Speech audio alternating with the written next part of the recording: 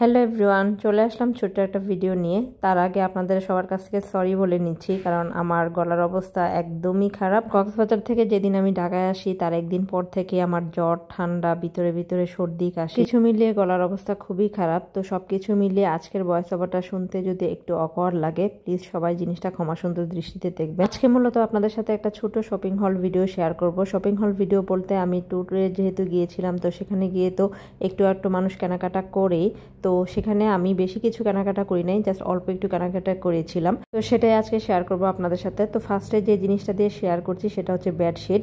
তো কক্সবাজারে সবচেয়ে বেশি ফ্যাসিনেশন আমার কাজ করে যে জিনিসটার উপর, সেটা হচ্ছে ওদের বেডশিটগুলো।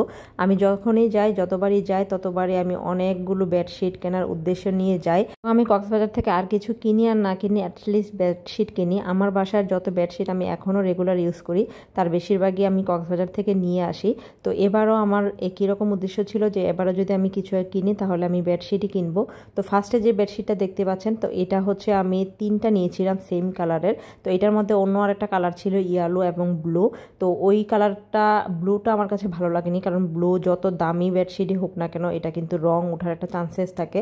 তাই আমি রেডটা নিয়েছি। 3টাই কিন্তু আমার জন্য না, একটা আমার জন্য, একটা আমার আম্মুর জন্য এবং একটা আমার শাশুড়ির জন্য। এখন যে ছোট প্রিন্টের মধ্যে যে অ্যাশ কালারের বেডশিটটা দেখতে পাচ্ছেন, এটাও নিয়েছি আমার এক রিলেটিভের জন্য। এটা কিন্তু অসম্ভব রকমের সুন্দর, ছোট ছোট ফ্লাওয়ার প্রিন্টের মধ্যে। আর ফার্স্টের যে বেডশিটটা নিয়েছিলাম আমি এবং আমার শাশুড়ি, আমার মার জন্য, ওটা হচ্ছে কাঁথাই স্টিচের প্রিন্টের মধ্যে। প্রিন্টটা অসম্ভব রকমের সুন্দর। সেম প্রিন্টের মধ্যে আমিও আমার জন্য এটা কিনতে চেয়েছিলাম, বাট এটা আর ছিল না, একটাই ছিল। এবার আমি আমার জন্য একটার বেশি বেডশিট কিনতে পারি নাই। তার মেইন কারণ হচ্ছে আমি প্রথমে একটা ভিডিওতে শেয়ার করেছিলাম যে কক্সবাজারে এখন যে সিজন চলছে তাতে করে ওদের মার্কেটের প্রাইস প্লাস হচ্ছে ওদের হোটেল প্রাইস রেস্টুরেন্ট সব কিছু একদম ওভার প্রাইস আমার কাছে মনে হয়েছিল।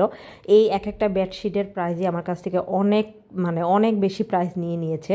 আর দেখা যায় যে কক্সবাজার বেডশিট কেন আমার কাছে এত পছন্দের, তার কারণ হচ্ছে ওদের যে পিলু কাভারগুলো ছিল, এখনকার ঢাকাতে নর্মাল ইউজের জন্য যে পিলু কাভারগুলো পাওয়া যায় এগুলো সাইজে একটু ছোটো থাকে, বাট ওদের পিলু কাভারগুলো সাইজে একটু বড় থাকে। প্লাস হচ্ছে ওদের বেডশিটের কোয়ালিটিগুলো আমার কাছে অনেক বেশি কোয়ালিটিফুল মনে হয়। দ্যাটস ওয়াই আমি ওখানকার বেডশিট সবচেয়ে বেশি পছন্দ করি। তারপরের কালেকশন যেগুলো দেখাবো সেগুলো হচ্ছে চকলেট, কিছু আচার, এগুলো তো সচরাচর সবাই কিনে। যে চকলেটটা দেখিয়েছিলাম সেটা হচ্ছে একটা ওটসের চকলেট বার। এই চকলেট বারটা আমি এর আগে বহুতবার কিনেছি। তাহলে এই ওটস বারের চকলেটটা আমার one of the most favourite একটা চকলেট, এবং এবারও আমি 2-3 প্যাকেটের মতো কিনেছি। অলমোস্ট আমার 3 প্যাকেটই প্রায় শেষের পথে। আর কিছু আচার এবং কিছু নাটস, এগুলো তো সচরাচর সবাই কিনে। এরপরে যে প্যাকেটটা দেখিয়েছিলাম এই প্যাকেটটা একটু পরে ওপেন করছি, দেখাবো এই প্যাকেটটার মধ্যে কি আছে। আর একজোড়া এরকম স্যান্ডেলও নিয়েছিলাম বিচে হাঁটার জন্য, বাট ওইখানে আর এই স্যান্ডেলটা পরে আমার হাঁটা হয়নি, জাস্ট নর্মাল ক্যাটস পরে হাঁটাহাঁটি করেছি। এই স্যান্ডেলগুলো আমি যখন 1-1.5 বছর আগে গিয়েছিলাম তখন 120 টাকা 150 টাকা করে কিনেছিলাম। রাইট নাও এখন আপনি 250-300 টাকার নিচে এগুলো হাতে দিতে পারবেন না। এখন ঢাকাতেও পাওয়া যায়, তাই আমি শুধু কিনে ওখান থেকে বস্তা ভরে নেই।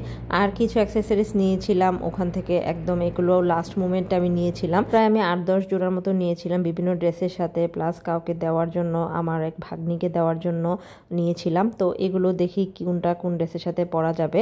আর একটু আগে যে বলেছিলাম একটা কার্টুন দেখিয়েছিলাম, কার্টুন না এই প্যাকেটটা দেখিয়েছিলাম, এই প্যাকেটটা বলেছিলাম যে একটু পরে ওপেন করে দেখাচ্ছি যে এই প্যাকেটটার মধ্যে কি আছে।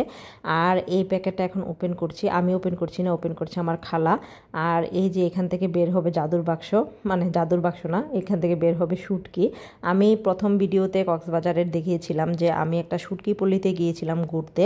শুটকি পল্লীতে গিয়ে অবশ্য এবার আমার লাভই হয়েছে, কারণ আমি যে প্রাইসে কক্সবাজার শহর থেকে শুটকি কিনতে পারতাম ওখান থেকে আমি হাফ প্রাইসে শুটকি কিনতে পেরেছি। এবং এত সুন্দর শুটকি, এবং ওর এই শুটকির প্যাকেটগুলো কিন্তু খুলে একটা একটা করে দেখে আনা যায়। শুটকিটা শুকনো শুটকি কিনা বা লবণ দেওয়া শুটকি কিনা আপনি কিন্তু দেখলে বা প্যাকেট খুললে কিন্তু বুঝতে পারবেন। ঢাকাতে তো জানেনই সবাই যে শুটকির প্রাইস কি পরিমাণে বেড়েছে, বিশেষ করে ইলিশা শুটকির কেজি কত করে আমরা বেশি সবাই জানি। আমি আপনাদের কেজি কত করে এগুলো কিনেছি কিছুই বলবো না, আমি খুব ভালো একটা প্রাইসে কিনেছি। কেউ যদি কক্সবাজারে যান অবশ্যই শুটকি পল্লী থেকে শুটকি কেনার জন্য ট্রাই করবেন।